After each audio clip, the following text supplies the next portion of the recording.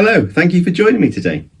I hope you've had a very Merry Christmas, and thank you for joining me for this end of year special where we're going to look at some of my least favourite and some of my most favourite parts of the National Cycle Network that I've ridden over the past couple of years since I started the channel.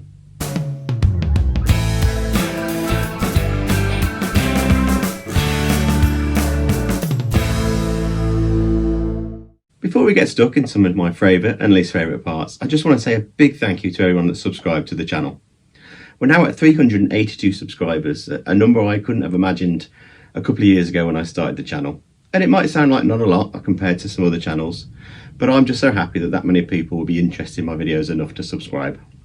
Now hopefully we can keep pushing on next year, and my goal is to get up to 1,000 subscribers by the end of next year. So if you haven't subscribed yet, a subscription to the channel would be magic. The first category I want to look at in this sort of end of year awards is the most scenic route that I've ridden so far.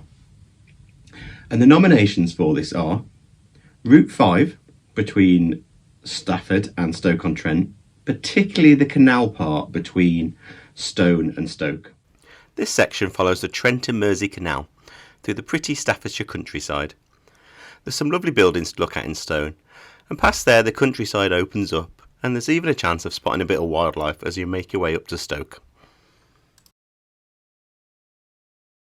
Nominee number 2 is Route 85, which follows the route of the Llangollen Canal along the Dee Valley in North Wales. As you can see, this is absolutely beautiful. You can also take a look at the Pontysilky Aqueduct as you follow the canal all the way down to Horseshoe Falls, a very pretty man-made weir at the end of this 10-mile ride along the valley.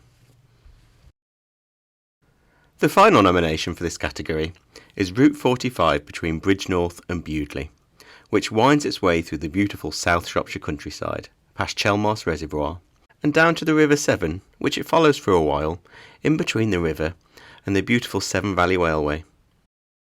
As you make your way to Bewdley, expect to crisscross the River Severn a couple of times, and go past a number of beautifully restored Severn Valley Railway stations, making this a strong contender for the most scenic part of the National Cycle Network that we've cycled so far. And the winner, decided by me, is the beautiful Route 85 through the Dee Valley. Just look at how gorgeous this scenery is. And there's many different things to take in as you make your way down the canal, alongside the River Dee, and all the way to Horseshoe Falls. This really is a gorgeous section of the National Cycle Network. Okay, and category number 2 is going to be my least favourite part of the National Cycle Network that we've looked at so far. With the side note that I'm happy for any cycling infrastructure, this just happens to be my least favourite part. So, our first nomination is again Route 5, but a very particular part between Stafford and Stoke-on-Trent, where it follows the course of the A34 dual carriageway. I don't like this section for 3 reasons. One, and probably most importantly, you're right next to a dual carriageway with a 70-mile-an-hour limit, so the cars are coming particularly fast down there. Number 2, this section of path is very narrow, and it's also shared with pedestrians and cyclists coming the other way. So you want a very narrow path, right up close to a fast-moving dual carriageway. And number 3, because there's a few entrances and exits of different roads coming on and off the dual carriageway that you have to cross over. But I have to say, as I mentioned at the start, I'm glad this is here. It's certainly better than riding on the dual carriageway. It's just not the best bit of cycling infrastructure I've come across so far.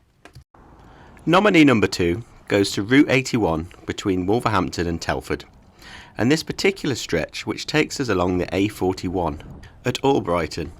We're not on it for very long, fortunately, but it's a very fast moving A road with cars going, I would say 60 mile an hour, but let's be honest, up to 70 miles an hour as they pass you. The final nominee is Route 72 in the centre of Newcastle upon Tyne, which I went through on my coast-to-coast ride a couple of years ago. Although this is a wide section of path, you're going through the city centre of Newcastle, so it's extremely busy and very difficult to make progress on. And the winner is Route 5, as it follows the A34 dual carriageway between Stafford and Stoke.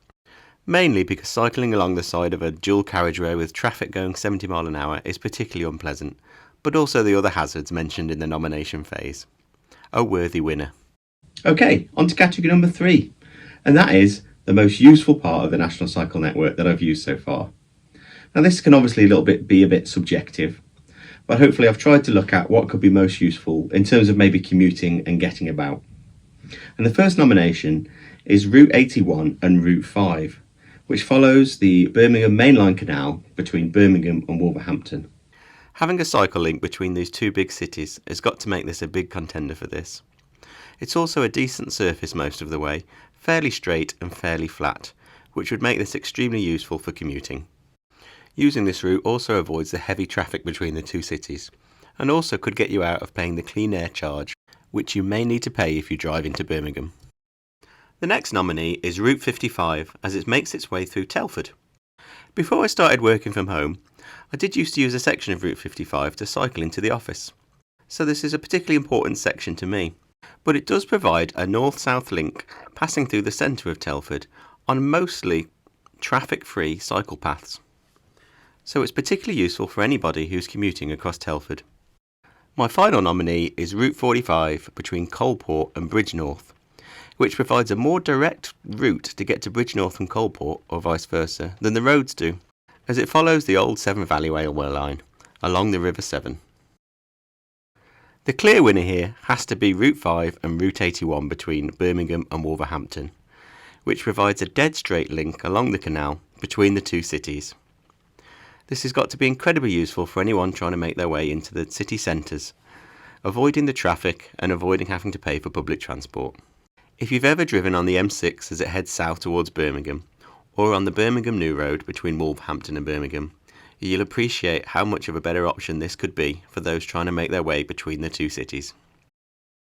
The final category for these awards is my favourite part of the National Cycle Network, which we've looked at so far. This takes into account sort of the scenery, the surface, and just the general experience of using that part of the cycle network. And nomination number 1 goes to Route 45 between Coalport on the edge of Telford and Bridgnorth.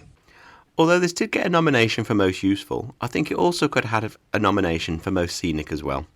It's a beautiful route as you follow along the River Severn, and as we said before, on the old Severn Valley Railway line. There's history to look at, with a couple of old Severn Valley Railway stations. And as well, if you go into Bridgnorth at the end, you can also take a look into the tunnel that used to go under Bridgnorth Hightown. The route is pretty well surfaced most of the way. It's very wide and pretty quiet, making this a relaxing ride and a very enjoyable part of the National Cycle Network.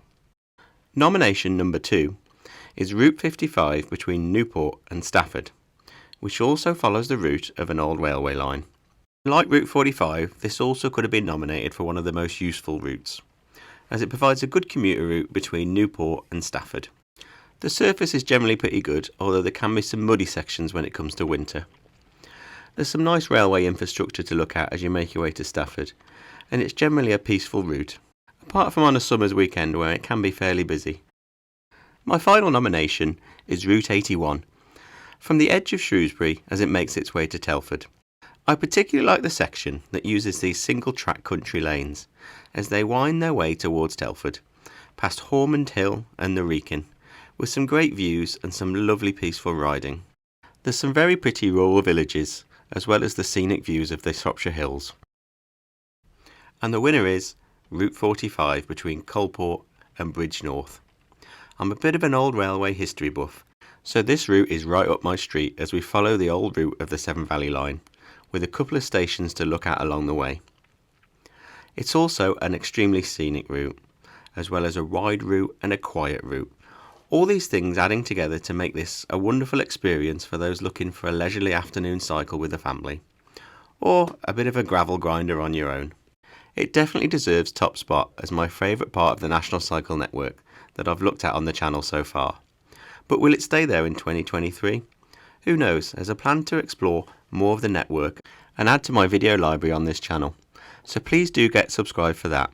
Have a wonderful new year, and I wish you all the best for 2023. Thank you very much for watching, and take care.